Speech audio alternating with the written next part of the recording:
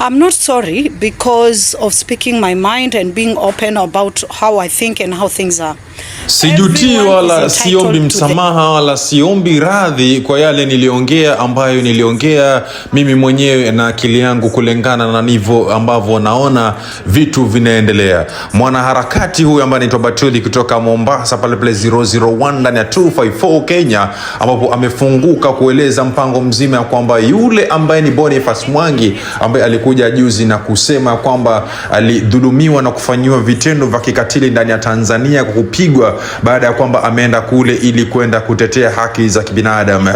Mwanaharakati kutoka Mombasa ameweza kusimama na kusema kwamba automatically Boniface Mwangi kuna uwezekano mkubwa 99.9% ya kwamba ametumwa na wazungu ama ametumwa na mabepari ama ametumwa na watu kwenye nchi za uzunguni ili kwenda kuvuruga amani nchi ya Tanzania ama ili kwenda pindua serikali ya Tanzania. Na kwa sababu amesema amekashifiwa vikali sana na wanaharakati wenzake, yeye hajutii kile kitu ambacho atakiongelelea kuhusiana na Tanzania. Nitakuachia mazungumzo mazima mwanzo mwisho uweze kumsikiliza huyu mwanaharakati kile kitu ambacho amekiongelelea kwa mpango mzima wa ile siri fiche ambayo wa Marekani pamoja na wazungu wako nayo dhidi ya Tanzania kutumia wa Kenya na kutumia nchi za Afrika jirani ya Tanzania.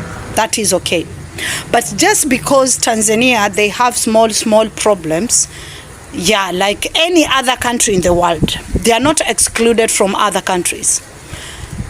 America, where they are selling democracy to us, they have bigger and bigger problems that they cannot be handled by anyone else apart from them. Now, I know I disappoint you. I really know. But I cannot support Boniface Mwangi. I'm sorry. I cannot support an activist who is working with Western countries to overturn an African government. I need to repeat this. I cannot support a fake activist who has done nothing to his country, who is supporting other countries to be overturned by Western countries. Because, guys, I'm going to repeat it until it sinks in. We have no democracy to show or to influence another country to follow the ways of democracy. Take a look at Kenya. Let's start with roads, farming, agriculture, infrastructure, the bills, and everything. Guys, we are in a mess.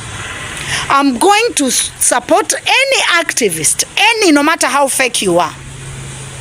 But if you are willing to bring reforms in Kenya, Boniface Mwangi was the guy ambaye alichukua the best photos of 07 massacre. Did you see him petitioning and looking for the justice or amending the constitution, sealing the holes which allows the politician to do that? He did not. He was picked like a cherry on the table, and then he was given the best deal. Is worth millions while he does nothing. We don't know where his millions comes from. Kenyans, we need to be sober. We need to be organic enough. Sober mentality. The minute you go and support someone, just get down on your fucking phone. Research someone or get yourself on the ground. Research that person. Before you raise your mouth, I support Boniface Mwangi and so-called Uganda what? My friend, Uganda, they have millions and millions of problems.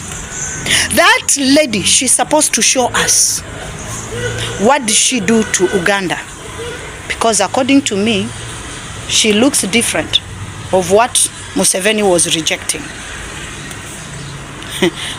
Do you want to convince me that she's on the right side of humanity? Oh please, Kenyans, sometimes you need to be sober. Hapa Ukunda, toka hapa tu Likoni, nenda na hiyo barabara mpaka Ororo. Look at our border, then look at Tanzania. Go the other side, angalia barabara za Tanzania.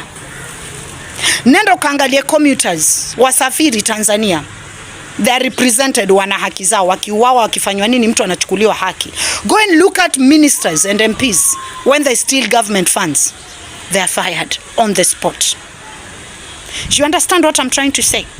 Tanzania is not a village like Kenya. Tanzania is a whole 2 countries. 3 and maybe 2.5 when you put Kenya in Tanzania. And Tanzania, for them to be able kuingia na watengeze kila mahali, my friend, it will take years. And we cannot push them. Do you understand? Hapa kwetu Kenya, tuko hapa Lokichogio. Gideon Moi was a governor for how many fucking years? Hakuna shule kwao, hakuna barabara. Kenyans, stop embarrassing yourself. You cannot sing someone's song while you are swimming in blood. Right now, if I had an opinion, my friend, ningeulizwa tu saa hii, niambiwe what do you think? I will say we want the Moi government back. Moi never killed youth. Because if Moi killed youth, he could have killed Ruto, the first guy. But he gave Ruto education, degrees, and everything, and made him the youth leader. But what is democracy doing? Killing youth who are trying to rise. Boniface Mwangi was in the reject finance bill. Did he get the right? Did he give us someone to blame? A closure? He did not. So why do you think Boniface Mwangi went to Tanzania and whatever he went to do in Tanzania was positive? I cannot support it, what they are doing together with Willy Mutunga. I cannot. And if you don't know what I'm talking about, I'm not going to bring that research to you. Go and research it. I cannot champion for someone who is being used to overturn an African government. We know what democracy does to Africans. And I know. Corporations are not able to control Tanzania. They are controlling us already in Kenya. And we are seeing the fruit of it. Corporations are not controlling Tanzania. Do you understand? Investors, they don't have a say in Tanzania. They have to abide by the law. While in Kenya, investors has a say in Kenyan government. Right now in Kenya is only 30 years since democracy. And the mess we are in, my friend, it is a big mess. It is a mess which could have been made by Moi government in 100 years. But in 30 years, we are in a mess. Start doing something for your country. Forget other people's country. And I want to ask you, if you think Boniface Mwangi was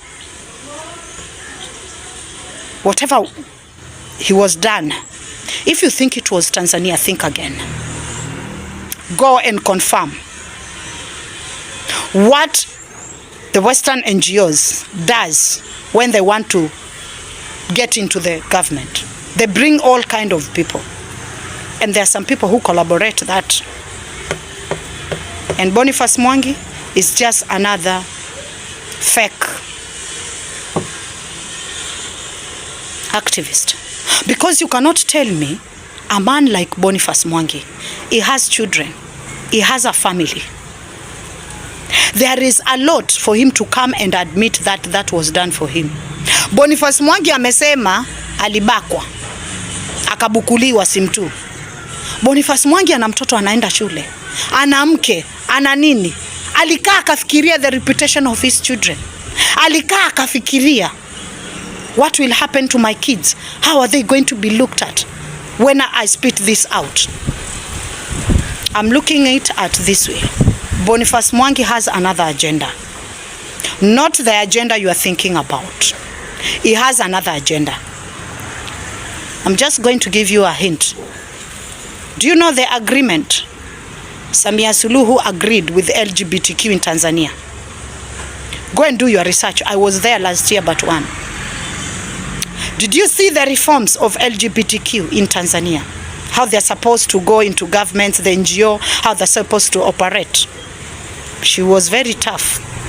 Here in Kenya, we are letting the LGBTQ go into our school, manipulate our kids, because Kenyans, we have a price tag. We are angry for everything, and we don't know what we are swallowing and what we are supposed to spit out. So I salute Samia Suluhu. I'm a Kenyan, proud Kenyan, and Tanzania will never be my home. My home will always be Kenya. I'm a mix of Digo and Kamba. 2 diversity blood from Kenya.